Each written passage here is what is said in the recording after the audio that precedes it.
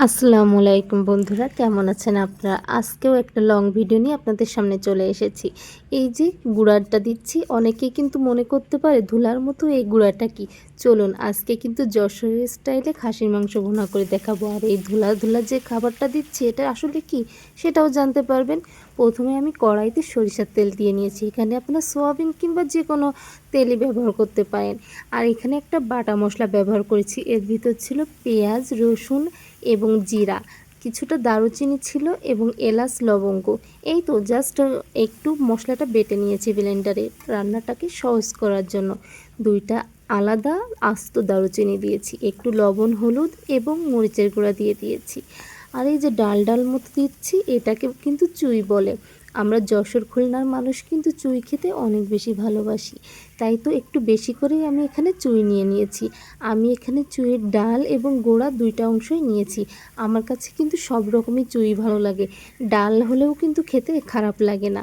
আর এই যে এখন এই খাসির মাংসটা আমি একটু লবণ এবং হলুদ দিয়ে প্রেশার কুকারে একটু দুইটা সিটি দিয়ে নিয়েছি, যাতে করে কিন্তু মাংসটা খুব দ্রুত রান্না হয়ে যাবে এবং খেতেও কিন্তু ভালো লাগবে।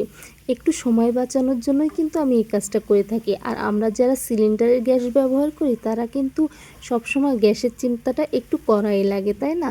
তো রান্না যত সহজ হবে ততই কিন্তু আপনার কষ্টও কম হবে এবং সাশ্রয়ও হবে। দেখুন আমি মাংসটা দিয়ে খুব সুন্দর করে কিন্তু একটু কষিয়ে নিয়েছি। দেখতেও কিন্তু মাশাআল্লাহ অনেক বেশি সুন্দর হয়েছে, আর খেতে তো অসম্ভব রকমের সুন্দর হয়েছিল। এই যে আজকে আপনাদের সঙ্গে আমি শেয়ার করে নিয়েছি।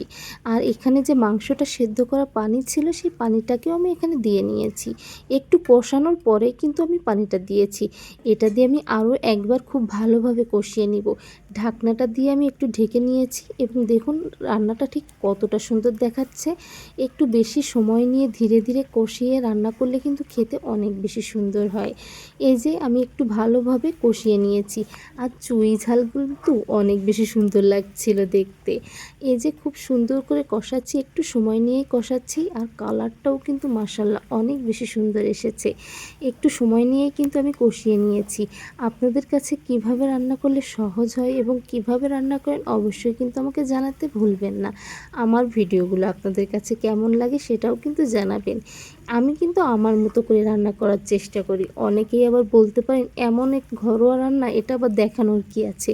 আসলে প্রতিনিয়ত তো আমাদের কন্টেন্ট ক্রিয়েট করতে হয়, তো রান্নাটা নিয়েই করি। তো সে অনুযায়ী কিন্তু আমি এখন রান্নাটা করে নিচ্ছি এবং সামান্য একটু ভিডিও আপনাদের সঙ্গে শেয়ার করছি। ঠিক আমি যেভাবে রান্না করি ঘরোয়াভাবে, যশোরের মানুষ যশোরের স্টাইলে রান্না করি। হয়তো আপনারা অন্যভাবে রান্না করতে পারেন। এই যে ঝোলের পানিটা দিয়ে নিয়েছি এবং এই যে বলছিলাম ধুলা ধুলা মতো কি দিয়েছি, এটা হচ্ছে জিরা। জিরা আমি শুকনো খোলাতে কিন্তু একটু টেলে নিয়েছি। অবশ্যই কিন্তু শুকনো খোলাতে টালতে হবে, তাহলে কিন্তু আপনি এর আসল স্বাদটা পাবেন। একটু গুঁড়া করে নিয়েছি এবং উপর থেকে একটু ছিটিয়ে দিব। এবং এই ছিটিয়ে দেওয়াটা দিতে হবে কিন্তু যখন আপনার রান্নাটা হয়ে যাবে, কড়ার থেকে চুলার থেকে নামাবেন না, কিন্তু চুলার জালটা অফ করে দিবেন।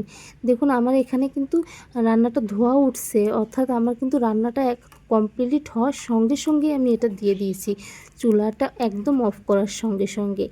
এভাবে দিয়ে একটু ঢাকনা দিয়ে ঢেকে রাখলে কিন্তু উপর থেকে অনেক সুন্দর করে তেল উঠে আসবে এবং খেতেও কিন্তু অনেক বেশি ভালো লাগে জিরার গুঁড়া দিলে।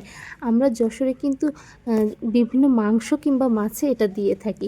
তো কেমন লেগেছে আজকের রান্না অবশ্যই কিন্তু জানাবেন।